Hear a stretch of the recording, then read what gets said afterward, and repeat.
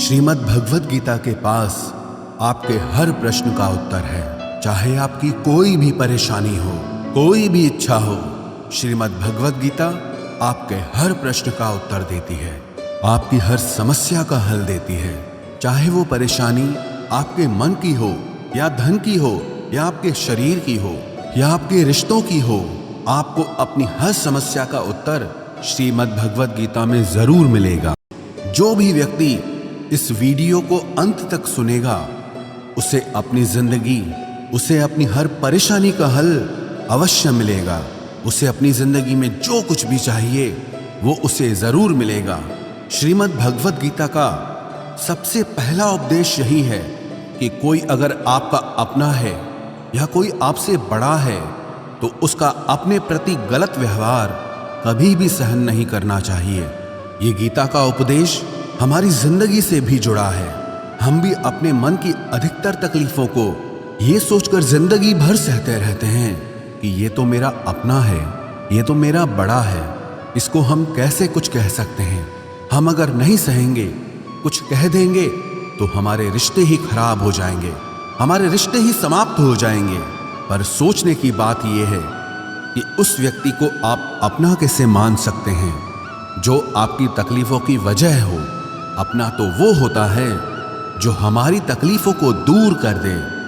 तो गीता का ये उपदेश है कि किसी को भी अपना फायदा मत उठाने दो, किसी को भी खुद पर जुल्म मत करने दो, क्योंकि आप जितना सहेंगे लोग आपको उतना सहने के लिए और मजबूर करेंगे। गीता का पहला अध्याय जिसका नाम अर्जुन विषाद योग और दूसरा अध्याय जिसका नाम सांख्य योग है, उसके आरंभ में अर्जुन ने श्री कृष्ण के आगे अपना दुख प्रकट किया है कि हे केशव, मैं कौरवों से कैसे युद्ध कर सकता हूं, ये सब तो मेरे अपने ही हैं। मैं कैसे भीष्म पितामह और द्रोणाचार्य से युद्ध करूंगा, क्योंकि वो दोनों मेरे पूजनीय हैं। इसलिए इन गुरुजनों को मारने से तो अच्छा है मैं भिक्षा के अन्न को खाकर अपने जीवन का गुजारा करूं। और जिन कौरवों से मैं युद्ध करने जा रहा हूं वो सब धृतराष्ट्र के पुत्र मेरे भाई ही हैं, मेरे अपने ही हैं। इन सबको मारने से अच्छा है कि मैं सन्यासी बन जाऊं। तो श्री कृष्ण ने अर्जुन से कहा कि यहां कौन अपना है और कौन पराया है। जो अधर्म करता है उसके साथ युद्ध करना तुझे मोक्ष और मुक्ति देगा। तू अपने इस मन के मोह को त्याग दे, नहीं तो सारा जग तेरी निंदा ही करेगा, तुझे डरपोक कहेगा। बात अपने पराये की नहीं है, बात धर्म और अधर्म की है, बात सही और गलत की है। अगर तू गलत को सहेगा, उसका अंत नहीं करेगा, तो गलत करने वाले को और बल मिलेगा, वो और भी गलत करेगा।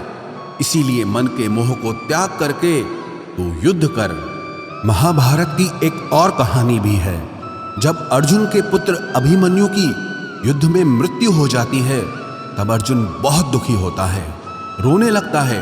वो श्री कृष्ण से कहने लगा कि मेरा पुत्र अभिमन्यु मर गया है, मैं ये दुख बिल्कुल भी सहन नहीं कर सकता, मैं भी अपने आप को समाप्त कर लूंगा। फिर भगवान श्री कृष्ण उसे आत्माओं के लोक में लेके गए, जहां अभिमन्यु आनंद से बैठा हुआ था। क्योंकि उसने क्षत्रियोचित व्यवहार किया, इसलिए उसे उत्तम पद की प्राप्ति हुई। जब अर्जुन अभिमन्यु के पास रोते रोते पहुंचा, अपने पुत्र को देखकर अर्जुन बहुत प्रसन्न हुआ। उसे गले से लगाकर कहने लगा कि हे पुत्र, तेरे बिना तो मैं जी ही नहीं सकता, मैंने तो अपने जीवन की आशा का ही त्याग कर दिया है। तो अभिमन्यु कहने लगा कि आप कौन हैं? अर्जुन बोला, मैं तेरा पिता हूं, तू मेरा पुत्र है अभिमन्यु। तो अभिमन्यु कहने लगा कि कौन पिता कौन पुत्र, मेरे हजारों जन्म हुए हैं, किसी जन्म में आप मेरे पिता बनते हैं और किसी जन्म में मैं आपका पिता बनता हूं। आत्मा का न कोई माता होता है न कोई पिता होता है। जब अर्जुन ने देखा कि मेरा पुत्र मुझे पहचान भी नहीं रहा तो उसका सारा मोह खत्म हो गया। इसलिए गीता के इस उपदेश को ठीक से समझ लो कि यहाँ कोई अपना पराया नहीं है। जो बुरे वक्त में, तकलीफ के वक्त में हमारा साथ दे, सिर्फ वही हमारा अपना है, बाकी सब पराये हैं। गीता का दूसरा उपदेश यह है कि जो चला गया है कभी उसका दुख मत करो, और जो आने वाला है उसकी बिल्कुल भी चिंता मत करो। जब महाभारत का युद्ध चल रहा था तब अर्जुन ने श्री कृष्ण से कहा कि अगर यह युद्ध हुआ तो करोड़ों लोग मारे जाएंगे। जो सैनिक और योद्धा इस युद्ध में मारे जाएंगे उनकी स्त्रियों का क्या होगा, समाज कैसे आगे बढ़ेगा। और भी बहुत सी बातें अर्जुन ने विस्तार से कही हैं। तो भगवान श्री कृष्ण ने कहा, अशोच्यानन्व शोचस्त्वम प्रज्ञावादांश्च भाषसे गतासून अगतासूश्च नानुशोचन्ति पंडिताः। श्री कृष्ण बोले, हे अर्जुन, तू बड़ी बड़ी ज्ञानियों जैसी बातें करता है, लेकिन जो सच में ज्ञानी होता है, वो जो लोग मर चुके हैं, जा चुके हैं या एक दिन जाने वाले हैं, उनकी चिंता नहीं करता है, उनका दुख नहीं करता है। तेरे हाथ में कुछ भी नहीं है, तू चाहकर भी कुछ कंट्रोल नहीं कर सकता। जीवन और मरण ये तो प्रकृति की नियति है। इसीलिए जो ज्ञानी होता है वो किसी के मरने पर भी रोता नहीं है। ज्ञानी जन ना ही बीते हुए कल का शोक करते हैं और ना ही आने वाले कल की चिंता करते हैं। इसीलिए जो होने वाला है वो होकर ही रहता है और जो नहीं होने वाला है वो कभी नहीं होगा।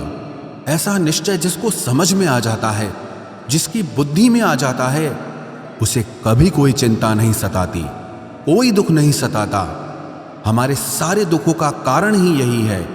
या तो हम जो वक्त गुजर चुका है उसे सोच सोचकर परेशान होते रहते हैं, या भविष्य की चिंता कर करके खुद को बीमार कर देते हैं, नष्ट कर देते हैं।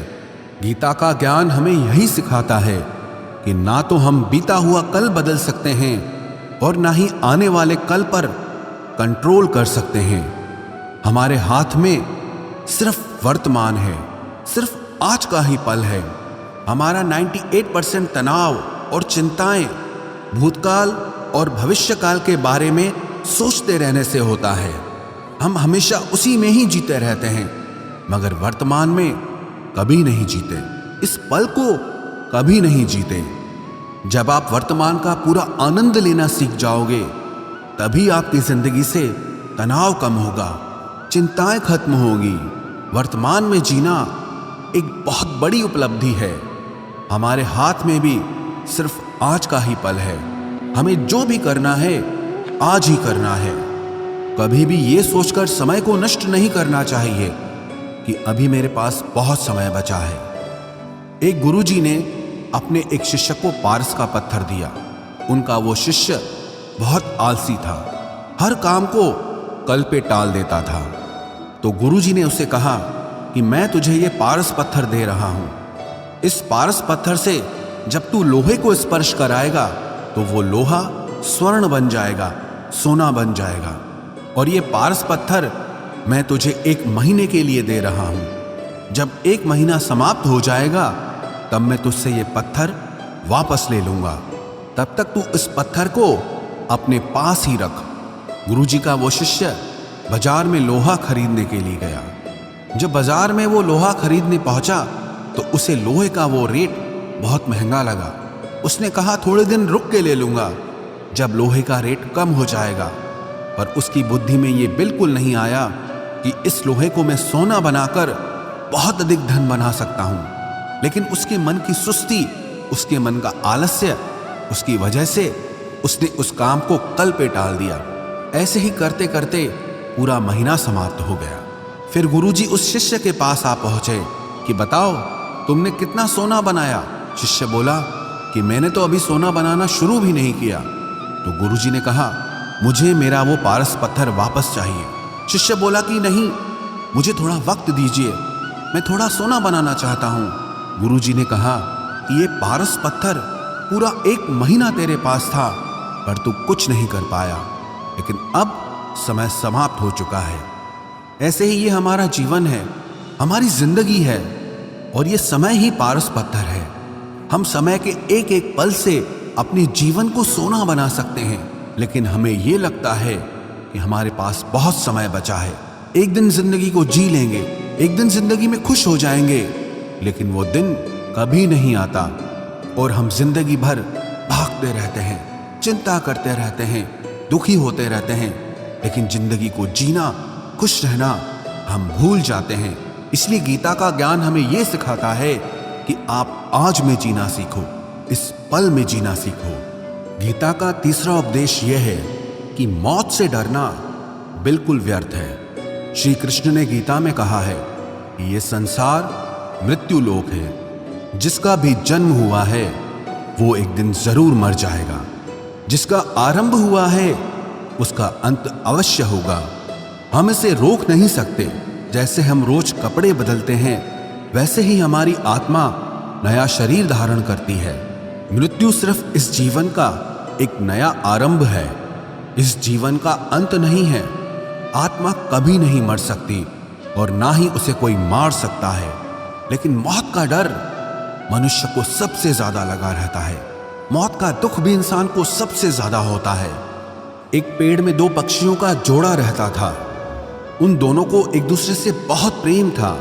उन्होंने साथ जीने मरने की कस्में खाई थी। एक दिन वहां एक शिकारी आया और उसने एक तीर चलाकर वहां पेड़ पर बैठे मादा पक्षी को मार दिया।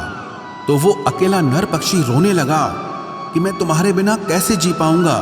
तुम्हारी जगह मेरी मृत्यु आ जाती, मेरा जीवन तुमको मिल जाता। वो रो रो के बहुत विलाप करने लगा।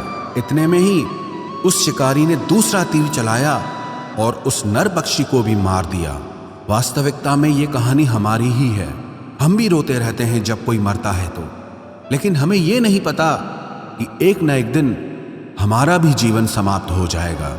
हम भी उसी मृत्यु के पेड़ पे ही बैठे हैं। लेकिन शरीर का मिटना हमारा अंत नहीं है। श्री कृष्ण ने अर्जुन से कहा कि हे अर्जुन, तेरे और मेरे अनंत जन्म हुए हैं। तुझे कुछ भी याद नहीं है, लेकिन मुझे सब याद है। जो व्यक्ति इस सत्य को समझ ले कि मैं यहां इस संसार में कुछ समय के लिए आया हूं, उसकी जिंदगी के सारे झगड़े, सारे दुख, सारी चिंताएं ही समाप्त हो जाएंगी। जब इस संसार से जाना ही है तो दुख किस बात का। पहले के जमाने में साधु महात्मा लोग पैदल यात्रा करते थे। यात्रा करते करते वो एक नगर में पहुंचे। वो महात्मा बहुत थक चुके थे। उस नगर में उन्होंने एक महल देखा और उन्होंने उस महल में जाकर विश्राम करने का सोचा और वो महल में जाकर सो गए। जब उस महल में वहां का राजा पहुंचा तो अपने पलंग पर उस महात्मा को सोता देखकर बहुत हैरान हो गया। राजा उस महात्मा से पूछने लगा कि तुम मेरे महल में कैसे घुस आए और मेरे बिस्तर पर सो रहे हो। महात्मा कहने लगा, ये तुम्हारा महल है? मुझे तो लगा ये धर्मशाला है। तो राजा ने कहा, आपको मेरा महल धर्मशाला कैसे लगा? तो महात्मा ने राजा से प्रश्न किया कि तुमसे पहले इस महल में कौन रहता था? तो वो राजा बोला कि मुझसे पहले मेरे पिता यहाँ पर रहते थे और उससे पहले मेरे दादाजी यहाँ पर रहते थे। तो महात्मा ने फिर प्रश्न किया कि क्या तुम इस महल में हमेशा रहोगे या तुम्हारे बाद कोई और रहेगा? तो राजा कहने लगा कि मेरे बाद मेरा पुत्र इस महल में रहेगा। तो महात्मा राजा से कहने लगे कि जिस जगह पर रहने वाले बार बार बदल जाते हों उसे घर कैसे कह सकते हो? वो तो धर्मशाला ही है। इसीलिए तेरे महल को धर्मशाला समझकर मैं इसमें रात बिताने के लिए आ गया। धर्मशाला जान जग को, जीव सब मेहमान है। मोह किससे मत करो, सब स्वप्न का सामान है। यदि हम भी इस बात को समझ लें कि हम यहाँ कुछ समय के लिए आए हैं, आनंद करने के लिए आए हैं, खुश रहने के लिए आए हैं, तो हमारे सारे दुख ही समाप्त हो जाएं। जब हम अपना मोह यहाँ जमा लेते हैं, अपना दावा यहाँ जमा लेते हैं कि ये मेरा है, इसे मैं छोड़ नहीं सकता, इसके बिना मैं जी नहीं सकता, तो हमारा जीवन दुखों से भर जाता है। इसलिए जीवन में मृत्यु का भय त्याग करके जीवन का प्रतिपल आनंद लेना चाहिए। गीता का चौथा उपदेश, मन और विचारों को कंट्रोल किए बिना जीवन में कभी शांति और सुकून मिलने वाला ही नहीं है। अर्जुन ने श्री कृष्ण से कहा कि मेरा मन सही गलत सब कुछ जानता है, फिर भी मेरे विचार और मेरा मन मुझसे कंट्रोल नहीं होता।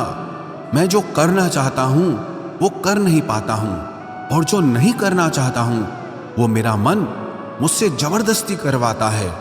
इसीलिए मैं बेचैन हो गया हूँ, मुझे शांति प्राप्त नहीं हो रही। तो श्री कृष्ण ने अर्जुन से कहा उसके लिए तुझे अपने मन और विचारों से डिटैच होकर अपने मन और विचारों को सही दिशा में ले जाने की प्रैक्टिस करनी होगी, अभ्यास करना होगा। और ये एक दिन का काम नहीं है। जब तक तू अपने मन और विचारों की गुलामी का त्याग नहीं करता, तब तक तुझे जीवन में कभी शांति नहीं मिलेगी। एक राजा था, वो बहुत बेचैन और परेशान रहता था। एक दिन वो अपने गुरुजी के पास गया और उनसे कहने लगा कि मेरा मन बहुत बेचैन है, मैं बहुत परेशान हूँ, मैंने पूरे संसार को जीत लिया है, सब कुछ है मेरे पास, पर मैं खुश नहीं हूँ, मेरे मन में सुकून नहीं है, शांति नहीं है। तो गुरुजी ने राजा से कहा कि तुम्हारे नगर में अगर कोई ऐसा व्यक्ति है जिसने सुकून को प्राप्त कर लिया है, शांति को प्राप्त कर लिया है, तुम उसका एक बार कुर्ता पहन लो तो तुम्हारे जीवन में भी शांति आ जाएगी। राजा बहुत प्रसन्न हो गया कि ये तो बहुत आसान काम है। वो अपने राजमहल में आया और राजसभा में वो सबसे कहने लगा कि आप लोगों में से जो भी शांत हो चुका हो, जिसे सुकून मिल गया हो, वो अपना कुर्ता मुझे दे दे। वो बदले में जितना भी धन मांगेगा मैं उसे दे दूंगा। सब लोग एक दूसरे का मुंह देखने लगे। पैसों का लालच आया, लेकिन सबको एक दूसरे की सच्चाई पता थी, क्योंकि किसी की जिंदगी में भी शांति और सुकून नहीं था। सब अपना सर झुकाकर वहां पर खड़े हो गए। फिर उस राजा ने पूरे नगर में ढिंढोरा पिटा दिया कि जिसे भी शांति प्राप्त हो चुकी हो, सुकून प्राप्त हो चुका हो, वो मेरे पास आकर अपना कुर्ता दे दे। वो जितना कहेगा उससे उतना ही धन दिया जाएगा। लेकिन एक भी व्यक्ति ऐसा नहीं मिला जिसे शांति प्राप्त हो चुकी हो। वास्तविकता में जब कोई मरता है तब हम कहते हैं कि वो फलां व्यक्ति आज शांत हो गया। कभी किसी जिंदा इंसान के लिए नहीं सुना कि एक जीता जागता इंसान शांत हो गया है। राजा के सैनिक पूरे शहर में ढूंढते रहे। फिर उन्हें पेड़ के नीचे एक महात्मा तपस्या करता दिखा, जिसके चेहरे पे एक शांति थी, सुकून था। वो सैनिक उस महात्मा के पास आकर पूछने लगे कि क्या आपने शांति प्राप्त कर ली है, सुकून प्राप्त कर लिया है? महात्मा ने कहा, मैं पूरी तरह से शांत हूं। तो सैनिक उसे राजा के पास ले आए। राजा ने उस महात्मा से प्रश्न किया कि क्या आपको शांति और सुकून प्राप्त हो चुके हैं? वो महात्मा कहने लगे, महाराज, मैं पूरी तरह से शांत हूं, मुझे कोई चिंता नहीं, मुझे किसी चीज की लालच नहीं, मुझे कोई इच्छा नहीं है। तो राजा भी बहुत प्रसन्न हो गए कि आखिर वो व्यक्ति मिल ही गया जिसे शांति की प्राप्ति हो चुकी है, जिसे सुकून प्राप्त हो चुका है। तो राजा उस महात्मा से कहने लगे कि हे महात्मा, आप कृपया करके अपना कुर्ता मुझे दे दीजिए, बदले में आप जो मांगेंगे मैं आपको दे दूंगा। वो महात्मा कहने लगे कि महाराज, सुकून और शांति तो मुझे मिल चुके हैं, लेकिन क्या करूं, मेरे पास कुर्ता ही नहीं है पहनने के लिए जो मैं आपको दे सकूं। जब राजा ने उस महात्मा की ये बात सुनी कि इस महात्मा के पास कुर्ता भी नहीं है पहनने के लिए, उसके बाद भी ये महात्मा एकदम शांत है, इसके जीवन में सुकून है। मैं सारी जिंदगी धन को जोड़ने में लगा रहा, दुनिया जीतने में लगा रहा, लेकिन मुझे शांति नहीं मिली, सुकून नहीं मिला। क्योंकि शांति और सुकून बाहर की चीज नहीं है, अपने भीतर की चीज है। इसीलिए जब तक कोई व्यक्ति अपने मन और विचारों को कंट्रोल नहीं करता, तब तक उसके जीवन में सुकून और शांति नहीं आती। और गीता का उपदेश हमें यही सिखाता है कि जीवन में शांति चाहिए तो मन को शांत करना सीखो। गीता का 5वां उपदेश यह है कि वासना, क्रोध और लालच सर्वनाश का कारण है, नरक का द्वार है। जिस भी मनुष्य में ये 3 अवगुण होते हैं, वो हमेशा दूसरों को दुख पहुंचाकर अपने ही सुख और स्वार्थ की पूर्ति करता रहता है।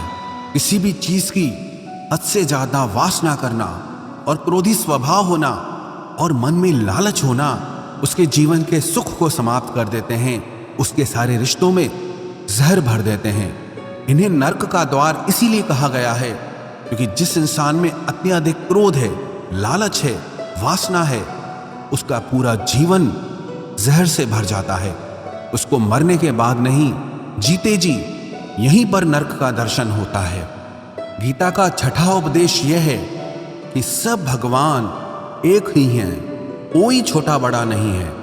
सब एक परब्रह्म परमात्मा के अलग अलग रूप और नाम हैं। श्री कृष्ण ने गीता के 10वें अध्याय विभूति योग में बताया है कि जितने भी जगत के देवी देवता हैं वो सब मेरी ही विभूति है।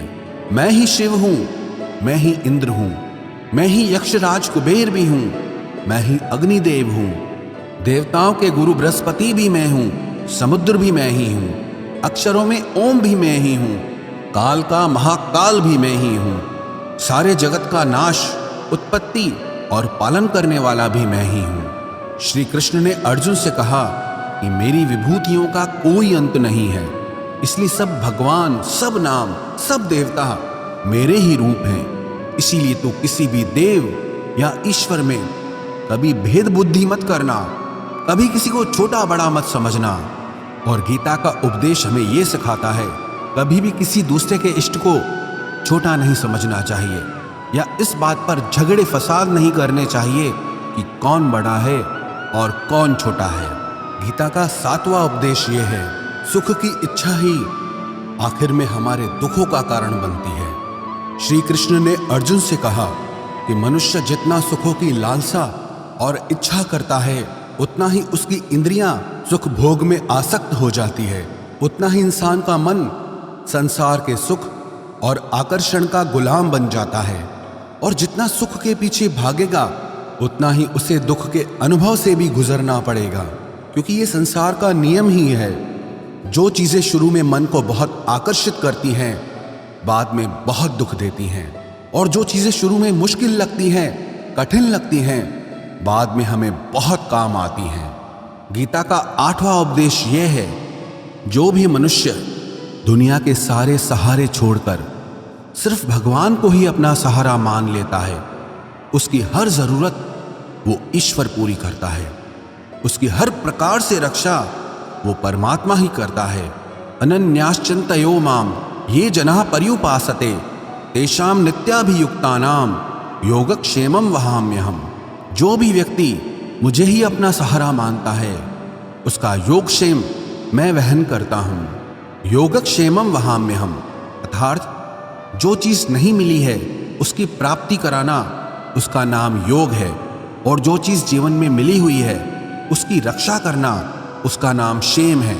तो श्री कृष्ण कहते हैं जो मुझ पे डिपेंड हो जाते हैं उनको जो चाहिए वो मैं जरूर देता हूँ, और उनकी हर प्रकार से मैं रक्षा भी करता हूँ।